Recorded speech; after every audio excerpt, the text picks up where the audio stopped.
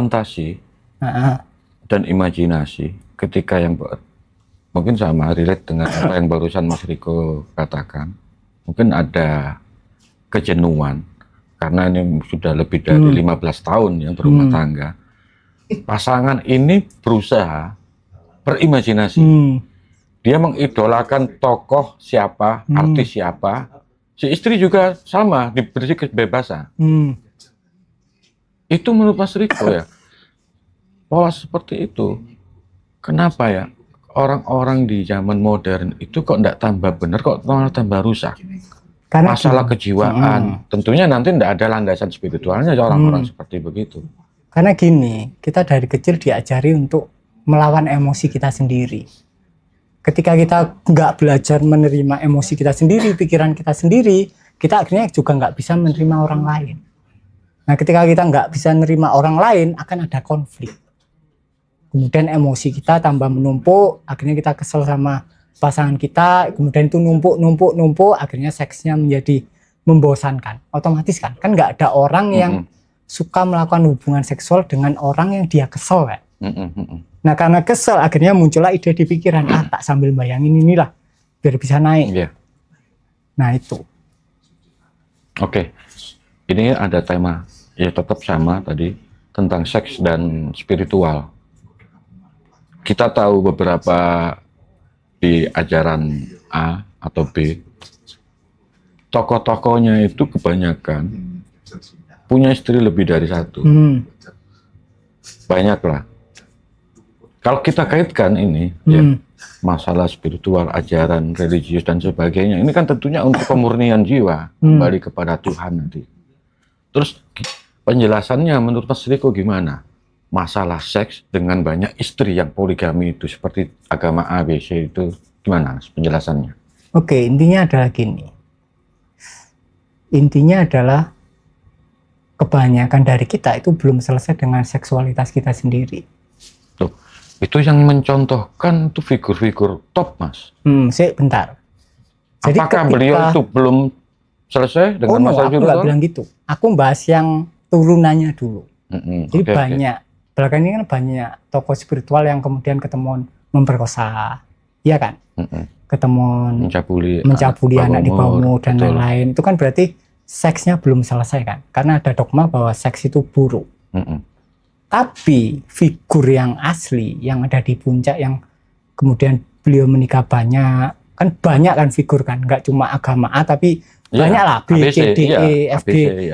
Intinya adalah cerita yang sama terjadi ketika istri pertamanya sudah meninggal, beliau baru banyak menikah.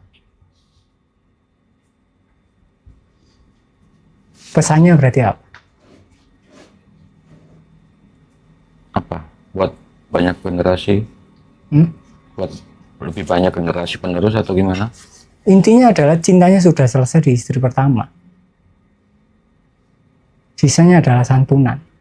Nggak tahu gimana. Sisanya apa, Mas? Santunan. Berarti nggak tahu mereka gimana. menikahi bukan dasar cinta berarti. Yang selanjutnya, yang kedua, ketiga, dan seterusnya. Dan intinya karena aku tidak hidup di zaman itu, ya nggak tahu. Tapi intinya yang perlu kita ketahui ya adalah kebanyakan orang tercerahkan, kalau case-nya memang istrinya banyak, dia menikah banyak itu setelah momen istri pertamanya meninggal. Ya silakan kalian pikirkan sendiri. Karena jawabanku pasti tidak memuaskan hasrat kalian. Bung Karno gimana, Mas? Ya intinya adalah kebanyakan dari kita seksualitasnya belum selesai. Dan tokoh-tokoh yang memang dari ceritanya terlihat sangat tercerahkan, pasti ya istrinya satu atau paling pol nggak punya istri sama sekali. Oke, mungkin terakhir ini Mas ya. Banyak kan berita itu yang di lembaga pendidikan, ada di pondok pesantren atau apa itu ya, ada yang di suatu biara, bahkan di gereja, pelecehan seksual kepada murid-muridnya, santrinya atau jemaatnya. Yang jadi pertanyaan begini, padahal di agamanya mereka masing-masing itu melarang semua. Tidak ada satupun agama yang memperbolehkan. Pertanyaannya begini, kenapa kok apa yang ada di ajaran agama itu masih belum bisa memunculkan kesadaran dalam berspiritual? Bagi kebanyakan mereka pemuka-pemuka agama. Karena kalimatnya berupa larangan. Ketika kalian dijejali larangan, kalian akan menganggap bahwa sesuatu yang dilarang tersebut buruk. Ketika kalian dilarang untuk memperkosa, dilarang untuk seks bebas, kalian akan secara global memaknai bahwa seksualitas itu buruk, bahwa penis kalian itu tidak seharusnya ada, itu alien aja dibuang, gitu kan. Tapi masalahnya ini nggak bisa dibuang. Kemudian kalian merasa bersalah sudah memilikinya. Bahkan kalian tidak sadar kalau kalian merasa bersalah. Tapi rasa bersalah itu ada. Rasa tidak nyaman itu selalu menaungi, membayangi ketika penis kalian berdiri. Atau kalau cewek ketika kalian horny, rasa bersalah itu ada. Walaupun mungkin kalian rasanya kayak halus, hampir-hampir sama, tapi itu selalu ada. Nah, ketika itu nggak disadari, seksualitas kalian akan meledak. Meledak artinya adalah mulai error. Kalian akan melakukan apa yang dilarang. Itu pasti. Karena kalian memusuhi esensi kalian sendiri. Karena kalian adalah makhluk biologis, tercipta dari seks, kalian memusuhi seks, ya akhirnya seksnya error. Akhirnya kalian mungkin memperkosa orang, dan lain-lain, dan lain-lain. Tapi ketika seksualitas kalian selesai, kalian lihat cewek begini aja kan biasa aja. Biasa aja.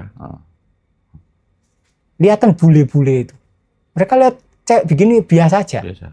Tapi kalau kita sebagai orang lokal, wow, gitu kan. Yang tertutup aja kita masih wow gitu kan. Wow, Nah iya. itu. Jadi ya perlu diakui bahwa kita belum selesai dengan seksualitas kita sendiri. Kita masih menjudge itu sebagai sesuatu yang seharusnya tidak ada. Tapi paradoksnya kita terlahir dari itu. Makanya akhirnya ya konflik di situ. Akhirnya secara keseluruhan kita konflik sama diri kita sendiri.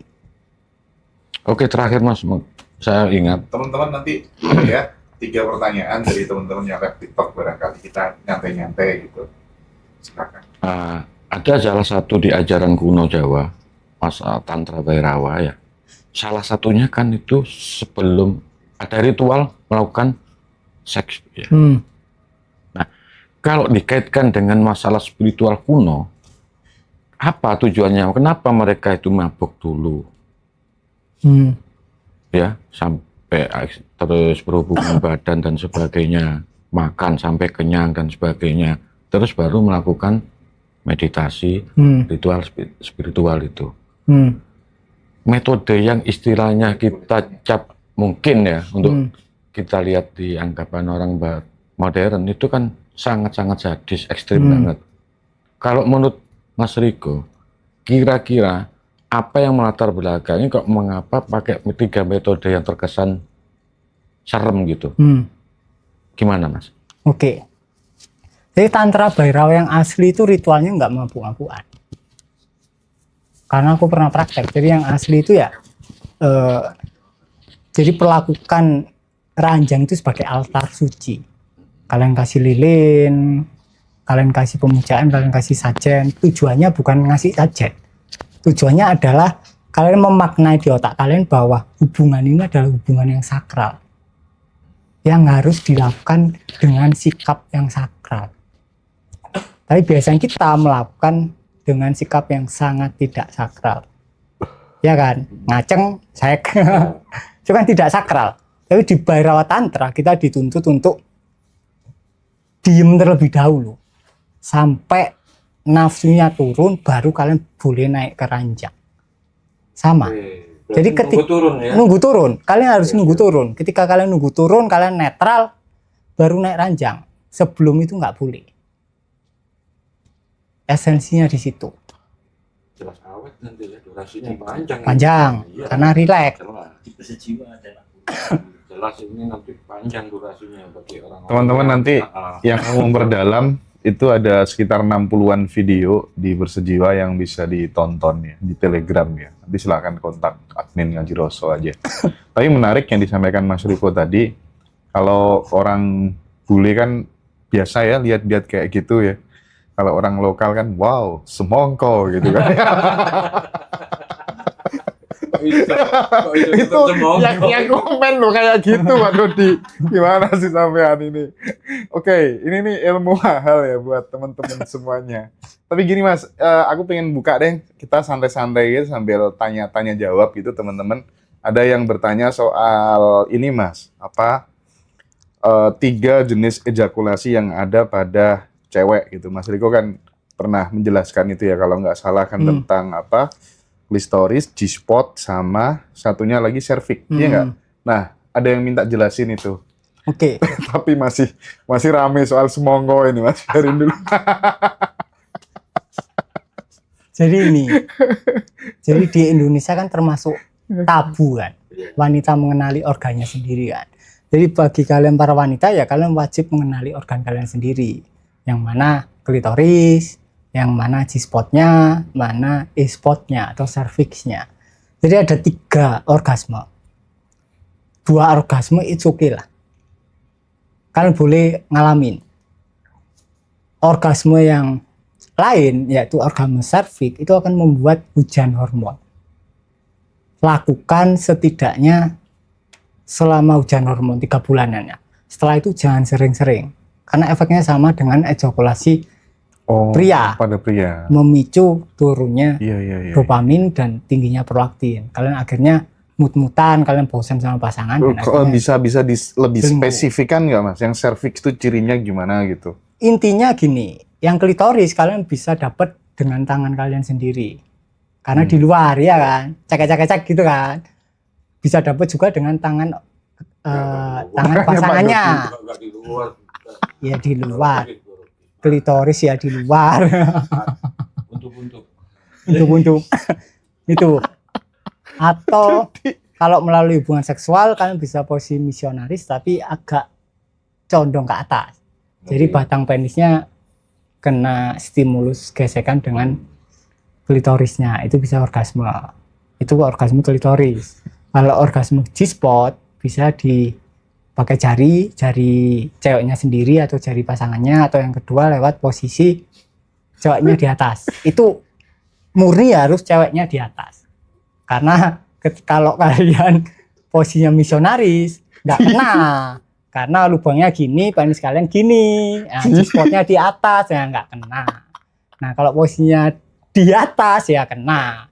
Karena penisnya kalian melengkung ke sini kan, nggak kena. Nah, kalau yang posisi cervix ya harus posisi lotus. Kutub positif dan negatif harus dirangsang bersamaan. Itu yang sebaiknya tidak sering-sering. Kalau G-spot sama klitoris ya bebas lah, terserah kalian.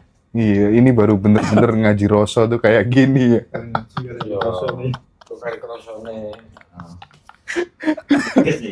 Ini Mas Riko ya, kebanyakan kalau seksual itu ya, saya tahu ya.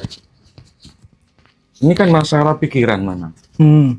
Jadi banyak yang pakai teknik mengalihkan pikiran. Ketika sudah mau mendekati klimaks, mikirin pocong. Itu mikirin, iya berusaha untuk memikirkan sesuatu yang istilahnya membelokkan biar tak sampai klimaks gitu. Misalnya menghitung kuda atau menghitung kambing atau apa. Apakah itu suatu hal kewajaran? Ketika kita istilahnya ingin memberikan servis yang maksimal kepada pasangan kita, tentunya kan pasangan kita kan nggak mau kita cuman kan ejakulasi dini ya. Kalau bisa kan agak lama awet gitu. Apakah itu mungkin teknik-teknik seperti itu bisa dibenarkan Mas Riko? Bisa tapi tidak efektif. Jadi ketika kalian mau ejakulasi, kalian ngitungin kuda. Mungkin kepekaannya turun dikit, tapi begitu kalian gesek lagi ya ingin keluar lagi gitu kan. Jadi intinya kalau dari pertanyaan Pak Dodi, intinya adalah masyarakat kita itu lebih cenderung menempatkan kewajiban orgasme itu cuma di pihak pria. Iya kan? Akhirnya pihak pria, kita sebagai pria akhirnya membawa beban berat. Seakan-akan faktor utama orgasme itu cuma ada di pihak pria. Padahal enggak. 30% pihak pria, 70%-nya wanita. Nah, lebih banyak faktornya di wanita. Bisa jadi ada faktor frigiditas, bisa jadi vaginanya belum siap untuk dipenetrasi, bisa jadi faktor mental sehingga sarafnya tidak maksimal. Nah, itu yang harus diselesaikan. Jadi selain tanggung jawab pihak pria, pihak wanita juga bertanggung jawab. Nah, ketika kalian selesai dengan, sebagai wanita selesai dengan dogma-dogma seksual, kalian akan liar di ranjang. Nah, itu penting. Jadi dua-duanya sama-sama tanggung jawab di ranjang. Jadi bukan pihak pria saja. Selama ini kan cuma pihak pria yang disuruh ngenakin kan. Nah, itu. Jadi ketika ya dua-duanya lah. Aktivitas ranjang kan berdua kan. Nggak cuma satu orang. Jadi yang aktif ya dua-duanya. Ini Mas Riko, saya ada pertanyaan ini. Saya bacakan ya, ini ada pertanyaan titipan. Kira-kira Mas Riko, di surga nanti, kalau toh kita nanti masuk surga, apakah ada hubungan seksual di sana? Jadi ini. Loh, ini kan pertanyaan dari orang yang memang digambarkan di ajarannya kan diajarannya kan memang begitu, digambarkan. Oke. Selama ini kami suka berhitung biar keluar bareng katanya. Loh, makanya teknik itu sebenarnya sudah umum. Kalau mau guru ke sini datang ke Mas Riko gitu. Itu. Jadi kalau teknik apa 9 naga, 7 kambing itu sudah kuno, teknik kuno. Teknik kuno itu malah enggak bisa keluar nanti. Jadi ini. Jadi kita sebagai manusia kan kenikmatan yang nyata yang pernah kita dapat yang paling nikmat itu kan hubungan seksual. Makan ya gitu, ya kan? Tapi yang menurut kita paling nikmat, yang menurut kita itu puncak duniawi itu hubungan seksual.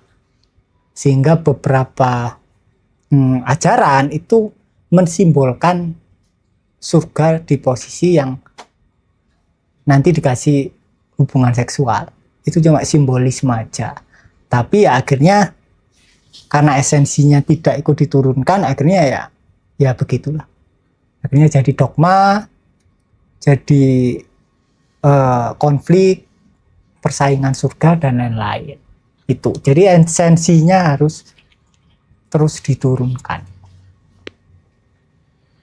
Oke Mas Hendra, ada tambahan? Udahlah, pokoknya teman-teman nanti kalau pengen diperdalam, kalau soal yang letting in, silakan nanti join tanggal 13-14 Desember.